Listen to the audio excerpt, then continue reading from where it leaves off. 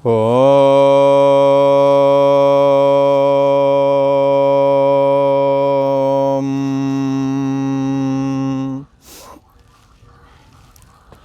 श्री योग वासिष्ठ के उत्पत्ति प्रकरण में श्री वशिष्ठ जी महाराज बोले, हे राम जी, अपने पिता ब्रह्मा जी से जब मैंने ये बात पूछी कि ये जगत जाल कहाँ से आए हैं, जगत की उत्पत्ति कैसे हुई है, ऐसा जब पूछा तो हमारे पिता ब्रह्मा जी ने एक आख्यान सुनाया। ये आख्यान श्रवण का भूषण है और ये जगत के सत्यत्वपने का नाश करने हारा है। ब्रह्मा जी कहते हैं, वशिष्ठ जी महाराज इसको ध्यान से सुनो। ये रहस्य जब हमने सृष्टि संरचना चालू की थी और जब मैंने अपने मन को सत्तात्मक परम ब्रह्म परमात्मा से एकीकृत किया, तब मुझे वहाँ अंतवाहक देह से और बहुत सारी सृष्टियाँ नज़र आईं। ये वो सृष्टियाँ थीं जिनों की संरचना हमने नहीं की थी। सवाल यह है कि जिसकी संरचना हमने नहीं की वो कैसे उत्पन्न हो गई, इस बात को समझने के लिए, और वो भी सृष्टि एक नहीं 10 सृष्टियाँ हो गईं। इस बात को समझने के लिए एक ब्रह्मांड के सूर को ब्रह्मा जी ने आवाहन किया और सूर से पूछा, हे सूर, हे देव देव तुम्हें नमस्कार है, ये जगत जाल, ये संसार कहाँ से आया है। इस पर सूर्य नारायण परमात्मा, ये जो ब्रह्मा जी हैं, इनको समझाते हुए कहा, उस समय जब सृष्टि संरचना प्रारंभ हुई ब्राह्म महाकल्प में, सूर्य बोले कि हे भगवान, हे ब्रह्मन, आपका जो पहले वाला कल्प, इस प्रसंग को समझते चलना। जब सृष्टि संरचना की तो 10 प्रकार के सृष्टि संयुक्त 10 ब्रह्मांड दिखे, जिसमें 10 ब्रह्मा विष्णु रुद्र दिखे। ये सब कैसे बने, इस बात को समझने के लिए ब्रह्मा जी ने एक ब्रह्मांड के सूर्य का आह्वान किया और सूर्य ने आकर के ब्रह्मा जी से जो कहा, जिसके द्वारा अज्ञान की निवृत्ति हो जाती है। सूर्य बोले, हे भगवान, आपका जो कल्प का दिन व्यतीत भया पहले वाला, उसमें जो जम्बू द्वीप था, उसके एक कोने में कैलाश पर्वत है और उसकी कंदरा में सुवर्ण ज्येष्ठ नाम का आपका एक पुत्र रहता था। कौन था? जो ब्राह्म कल्प जो बीता, उस समय जब उन्होंने संध्या वंदन आदि किया और अपने मन को जब चैतन्य सत्ता से एकीकृत किया, तब उस एकीकृत मन में सृष्टि की संरचना का संकल्प फुरा और 10 ब्रह्मांड दिखे। ये कहाँ से आए, ऐसा जब सूर्य से पूछा तो सूर्य ने कहा, हे ब्रह्मा जी, पहले जब तुमने सृष्टि का अंत किया था, उस समय कैलाश पर्वत की कंदरा में घाटी में एक ज्येष्ठ सुवर्ण ज्येष्ठ नाम का एक आपका पुत्र रहता था। उसने वहाँ पर एक अपनी कुटिया बनाई थी जिसमें साधुजन निवास करते थे। ये इंदु नाम ब्राह्मण वेद वेदता शांत रूप है। कश्यप ऋषि के कुल में उत्पन्न हुआ, स्त्री सहित उस अपनी कुटिया में निवास किया करता था।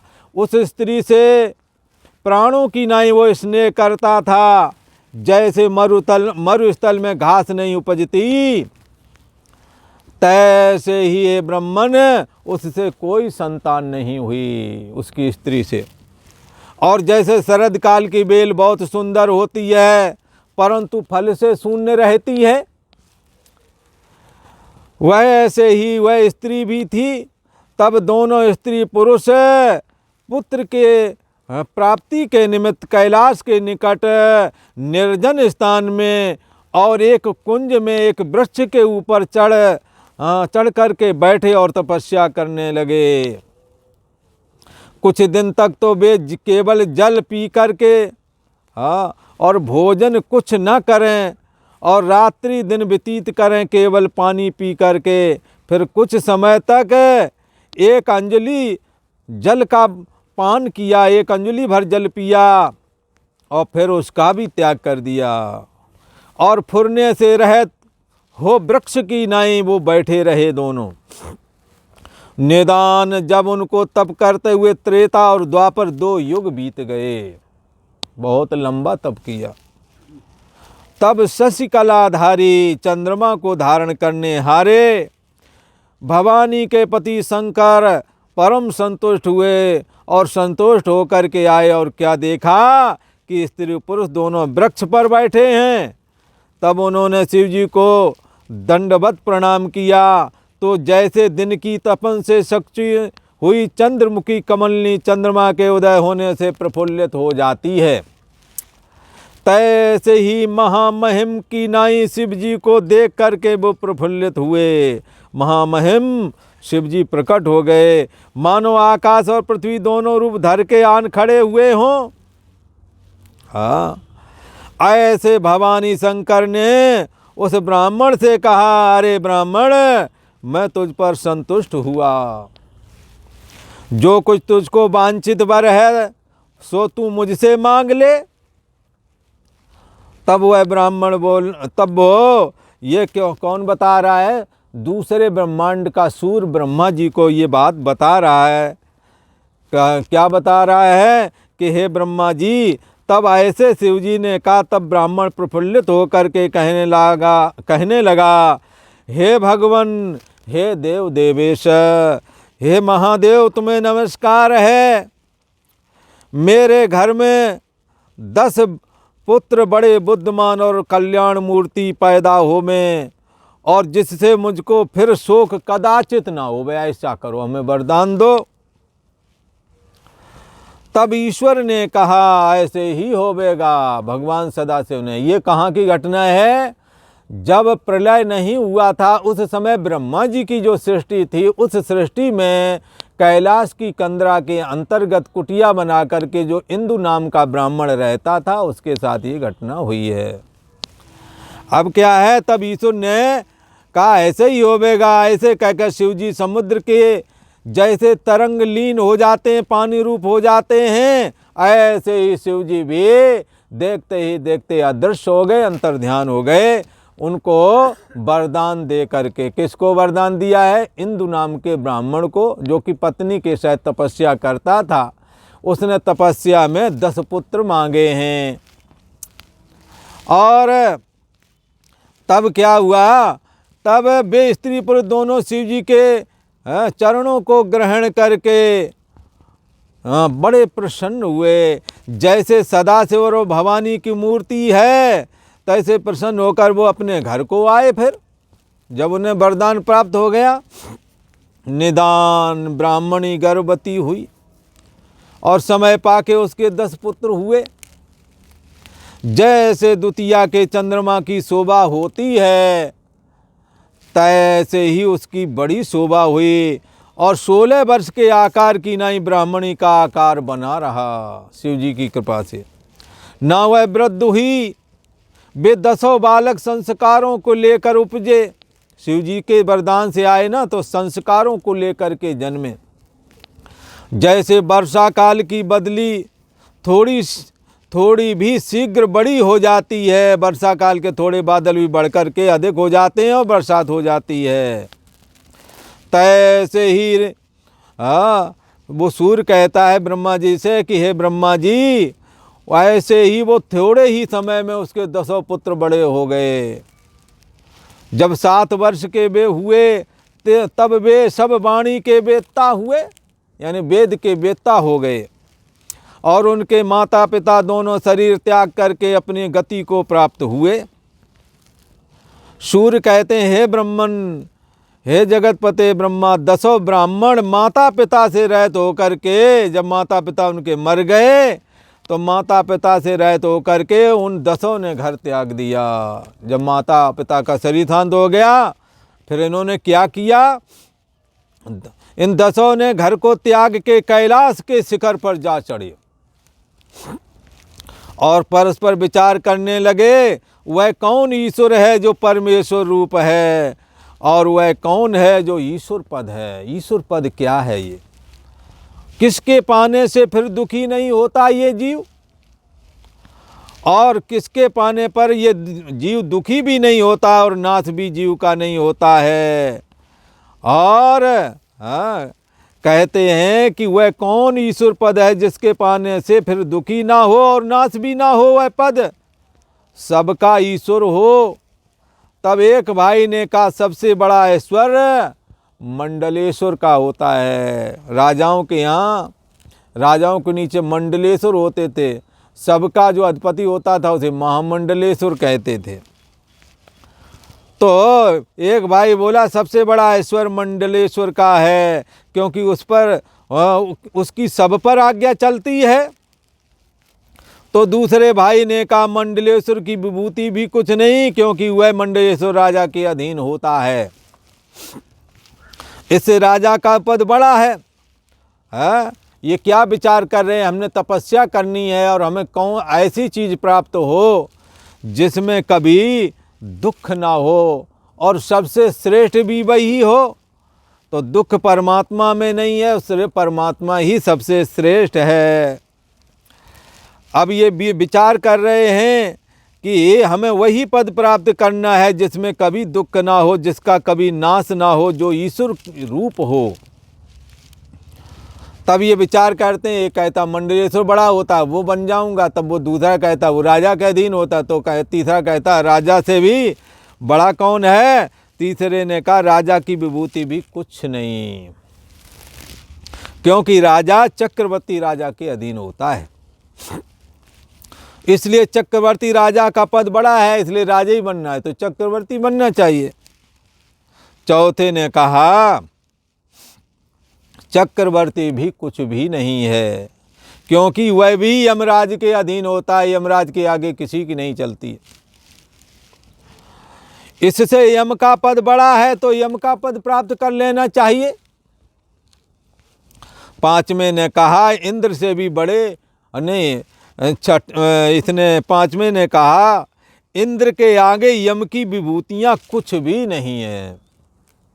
इंद्र सबसे बड़ा है, इंद्र का वैभव बहुत बड़ा है, तीनों लोकों का अधिपति है इंद्र, इससे इंद्र का पद बड़ा है। छठे ने कहा कि इंद्र की विभूति भी कुछ भी नहीं है, ब्रह्मा के एक मुहूर्त में इंद्र नष्ट हो जाता है। ब्रह्मा जी के 12 घंटे का एक दिन और 12 घंटे की एक रात्रि कहलाती है। जब ब्रह्मा जी का एक दिन व्यतीत होता है तो यहाँ मृत्यु लोक में सतयुग, त्रेता, द्वापर, कलियुग, ये चारों युग 1000 बार व्यतीत हो जाते हैं। जब ब्रह्मा जी का 1 घंटा होता है तो लगभग 80 चतुर्युगी के लगभग ये घूम जाते, और 1 घंटे के अंदर में एक इंद्र की आयु और एक मनु की आयु समाप्त हो जाती है। ब्रह्मा जी के 1 घंटे के अंदर के लिए इंद्र और मनु की नियुक्ति होती है, जो कि यहाँ की आयु की दृष्टि से देखा जाए तो यहाँ 80 बार सतयुग, त्रेता, द्वापर और कलियुग ये लगभग व्यतीत 80 बार हो जाते हैं। इस प्रकार से 12 मनु और 12 इंद्र जब व्यतीत हो जाते हैं ब्रह्मा जी के एक दिन में, तब ब्रह्मा जी के दिन का अंत हो जाता है और रात्रि भी 12 घंटे को होती है। अर्थात समस्त आकाश में जो ये संसार है ये नष्ट हो जाता है और शून्यता छाई रहती है, अंधेरा छाया रहता है। ब्रह्मा जी सोते हैं, 12 घंटे की रात्रि कहलाती है। छठे ने कहा, इंद्र की विभूति भी कुछ नहीं, ब्रह्मा के एक मुहूर्त में इंद्र नष्ट हो जाता है। ये सृष्टि संरचना करने वाले ब्रह्मा जी इंद्र की नियुक्ति करते हैं। तब सबसे बड़े भाई ने, जो बड़ा बुद्धिमान था, गंभीर वचन से कहा कि अरे भाइयों, जो कुछ विभूति है सो सब ब्रह्मा के कल्प में नष्ट हो जाती है। ब्रह्मा से बढ़कर के विभूति किसी की भी नहीं। इससे सबसे बड़ा ऐश्वर्य तो ब्रह्मा जी का ही है। और ब्रह्मा जी की पदवी जिन्हें मिलती है वो रजोगुण का ईश्वर भी कहलाता है। इससे सबसे बड़ा ऐश्वर्य तो ब्रह्मा जी का है, उनसे बड़ा कोई नहीं है। सूर्य नारायण कहते हैं श्री ब्रह्मा जी से, ये ब्रह्मा जी ने 10 ब्रह्मांड की संरचना देख करके एक ब्रह्मांड के सूर्य को बुला करके ये हाल चाल पूछा था। ये संसार जो 10 ब्रह्मांड हमारे को दिख रहे हैं, ये हमने तो बनाए नहीं, ये कहाँ से दिख रहे हैं, कैसे आए हैं। उस बात को वो सूर्य जो कि उनके किसी एक ब्रह्मांड से आह्वान करके बुलाया है, वो बता रहा है कि क्या घटना हुई थी, ये कैसे 10 ब्रह्मांड बने हैं। तो उन्होंने प्रत्यक्ष बता दिया कि तुम्हारे ही ब्रह्मांड का, ब्रह्मा जी से कहा आपके ही ब्रह्मांड का जब ये कल्प का अंत हुआ था, तब आपके ही ब्रह्मांड का एक इंदु नाम का ब्राह्मण था, उसके 10 बेटे थे। उन 10 बेटों ने ब्रह्मा जी का, उन्हें भगवान सदाशिव का तप करके बड़ी बुद्धिमत्ता और समदम बड़ा तेज प्राप्त किया। और उन 10 पुत्रों ने एक बार विचारा कि सबसे बड़ा पद कौन है, तो सबसे बड़ा वाला कहता है अपने बाकी 9 भाइयों से कि अरे भाइयों, ब्रह्मा जी का ऐश्वर्य सबसे बड़ा है, उनसे बड़ा कोई नहीं। हे भगवान, सूर्य कहता है ब्रह्मा जी से, हे भगवान, जब इस प्रकार बड़े भाई ने कहा तब सबने कहा भली कही, भली कही, ठीक ही कहा है। फिर सबसे बड़े भाई ने कहा, फिर सबसे बड़े भाई से कहा, हे तात, जो सबका दुख नाश करता और जगत पूज्य जो ब्राह्म पद है, जो ब्रह्मा जी का पद है, तो उसको कैसे प्राप्त हो, में उसको कैसे प्राप्त किया जाए, ऐसा उन बाकी 9 ने, जो 9 भाई थे, उन्होंने पूछा। हे भाई, ये ब्राह्म पद, ये ब्रह्मा जी का पद, ये सबसे बड़ा है, सबसे बड़ा ऐश्वर्य है। ब्रह्मा जी के कल्प के अंदर में सभी का नाश हो जाता है, ब्रह्मा का नाश नहीं होता। ब्रह्मा अपने आप ही स्वेच्छा से अपने को निर्वाण प्राप्त करते हैं।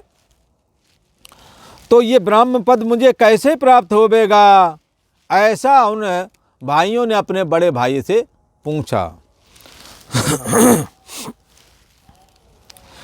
हे भाई, जिस उपाय से हम प्राप्त हों वही उपाय बताइए। उसने कहा, हे भाइयों, सब भावनाओं को त्याग करो और यह निश्चय करो हम ब्रह्मा हैं।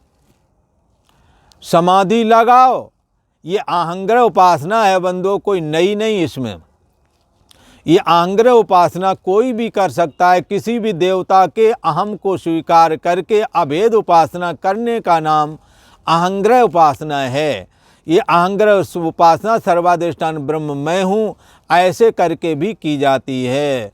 सोहम आदि के मंत्रों के द्वारा, शिवोहम आदि मंत्रों के द्वारा भी हम इस उपासना को करने के लिए दृढ़ धारणा बना सकते हैं। और धारणा बनाने के बाद में ये उस धारणा में स्थित हो सके तो आहंग्रह उपासना सफल हो सकती है।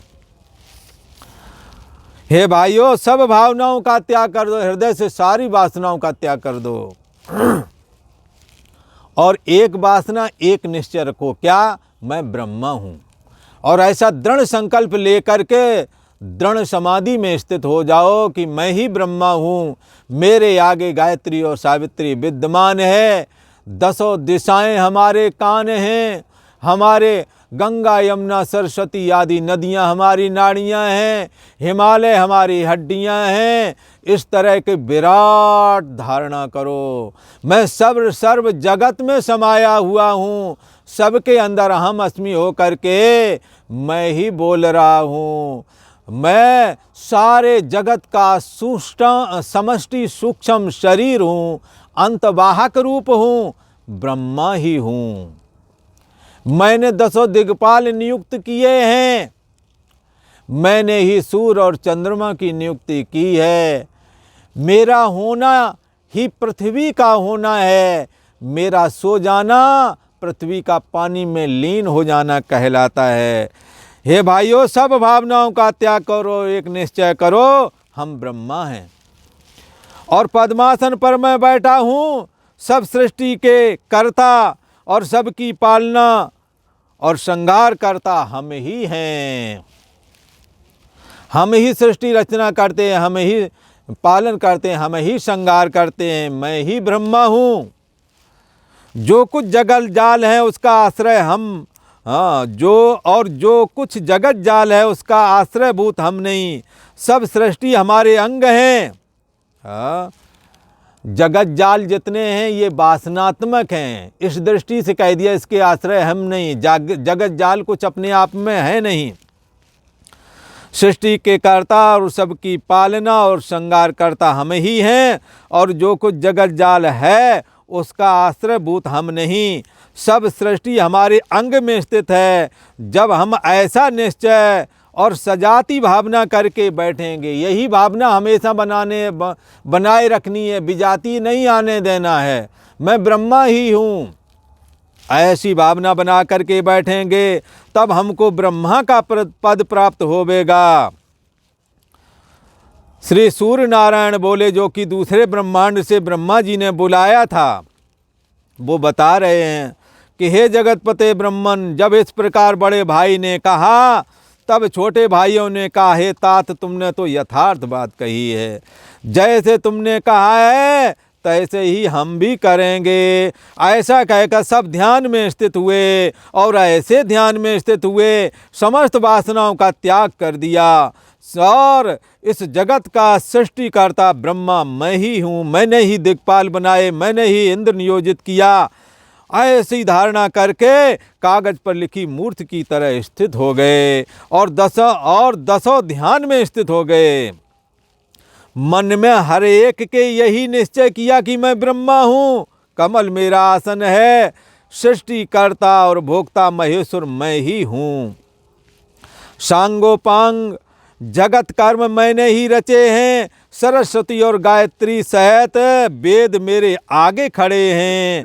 इस लोकपाल और सिद्धों के मंडलों को पालने वाला भी मैं ही हूँ। स्वर्ग भूमि पाताल पहाड़ नदियाँ समुद्र सब मैंने रचे। महाबाहु वज्र को धारण करने वाला यज्ञों का भोक्ता इंद्र मैं ही बना हुआ हूँ। इंद्र को मैंने ही रचा है। सूर्य मेरी आज्ञा से तपता है। जगत की मर्यादा के निमित्त सब लोकपाल मैंने ही रचना कर रखे हैं। और जैसे गऊ को गोपाल पालता है, तैसे लोकपाल मेरी आज्ञा पाकर के समस्त जीवों की पालना करते हैं। जो ये 10 लोकपाल हैं, समस्त जीवों की पालना करते हैं।